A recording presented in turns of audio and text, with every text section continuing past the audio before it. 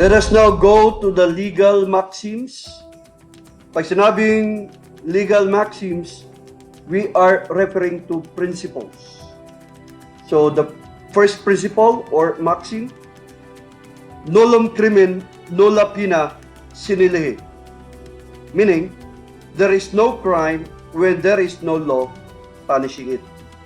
Sa Philippines, walang matawag na criminal act or crime unless merong batas na nagsasabi na ang isang act ay isang crime.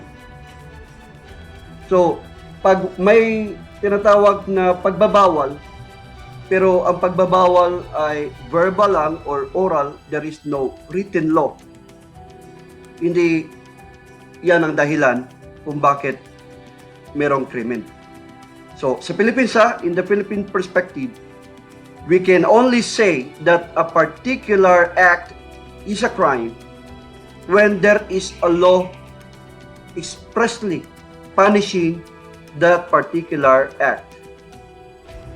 So it's very much unlike sa ibang country like England and United States because they follow that so-called common law crimes. So kunin natin anong ibig sabihin ng common law crimes. Ang common law crimes ay offenses under the common law developed entirely by the law courts and therefore have no specific basis in statute. Ibig sabihin, develop lang to siya sa mga korte and then walang specific basis, wala siyang basis na nagmula sa batas talaga. Ang isa pang definition na makita natin with regard to common law crimes, the body of principles, usages, and rules of action which do not rest for their authority upon any express and positive declaration of the will of the legislature. Ang ibig sabihin dito, ito yung mga koleksyon, no, sa mga prinsipyo, mga nakasanayan ng mga tao. Pero walang nakasulat, no, na batas na nagbabawal. Pero may mga ipinagbabawal na base sa tradisyon, no, base sa mga nakasanayan.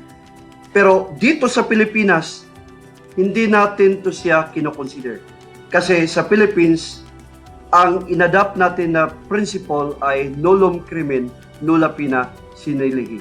Ibig sabihin, kung walang batas na nagsasabi na ang isang act ay isang crime, then walang krimen. So hindi kagaya sa US na kahit na walang batas na nagsasabi na ito ay krimen, basta ito ay lumabag sa kanilang tradisyon, mga nakasanayan, ito ay pwede pa rin matawag na krimen. So applicable siya sa US at saka sa England. Next principle, Actus non facit Reum Nisi mensit rea.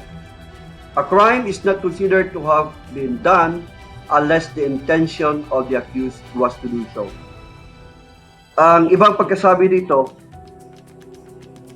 an act does not make a person a criminal unless his mind be criminal.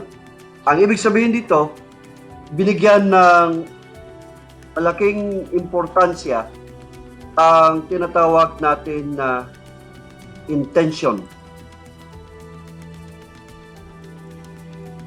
So, sa mga intentional felonies, itong principle na to ay applicable lang sa mga tinatawag natin na intentional felonies.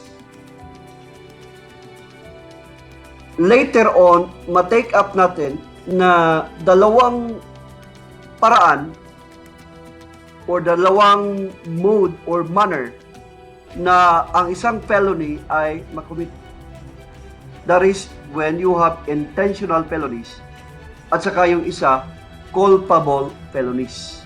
Yung isa dulo, merong intention, ang isa culpa, walang intention but there is fault merong negligence or there is imprudence. So, itong principle na to, Actus non facit Reum Nisi mensit tria, applicable lang to siya if we are talking of a felony which requires that the offender must have intention to commit the crime. So, for example, kung wala siyang intention, like in the case of self-defense, wala siyang intention na pumatay, pero kailangan niyang gawin ang pagdepensa sa sarili, nagresulta sa pagkamatay ng taong umatake sa kanya, then he is not committing a crime. Another example is, may isang tao na gustong magpakamatay. So, umakyat siya sa building, doon sa rooftop, at saka tumalon siya. Akto namang may dumaan na tao. Yung tao na yon ang natamaan ng kanyang katawan. Yun ang namatay, hindi siya namatay. Ang tanong, liable ba ang taong gustong magpakamatay sa pagkamatay ng taong inosente na napadaan lang? Liable ba siya sa pagkamatay? The answer is no. Why? Kasi wala siyang intensyon na pumatay. Merong mga legal experts na nagsasabi na liable pa rin siya for culpable felony. Kasi dapat pusisihin niya na meron bang taong posibleng dadaan sa lugar na yon. So, yan ang argument. Pero, ang taong gustong magpakamatay, hindi yan makaisip ng tama. Hindi yan makasabi na, may tao kayang dadaan dito, baka ito yung matamaan ko. Wala na siyang kaisipang ganyan. That is why, it is wrong to assume that there is what we call as fault or negligence ng taong gustong magpakamatay. Anyway, mga hypothetical questions to sila kasi wala pa namang decided case sa Supreme Court with regard to this case. So in other words, ang final say ay ang Supreme Court.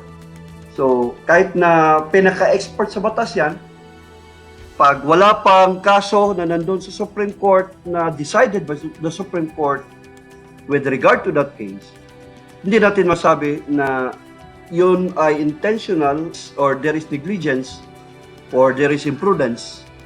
So we have to wait for the decision of the Supreme Court. Next is Actus me invito Factus non est Meus Actus. An act done by me against my will is not my act. May ibig sabihin dito, ang act na ginawa niya labag sa kanyang kagustuhan ay hindi niya act. So liable ba siya sa act na labag sa kanyang kagustuhan? Again, this is applicable sa intentional felonies. So, kung wala siyang kagustuhan, labag sa kanyang kagustuhan ang paggawa ng isang act na nagresulta sa isang krimen, hindi siya liable, criminally speaking. Although civilly, he will be liable. Bakit hindi siya liable? Kasi wala siyang tinatawag natin na freedom in this regard in the exercise of his act. So, pag isang tao ay napilitan lamang sa paggawa ng isang bagay, ang konsiderasyon doon ay parang hindi niya gawa ang kanyang nagawa.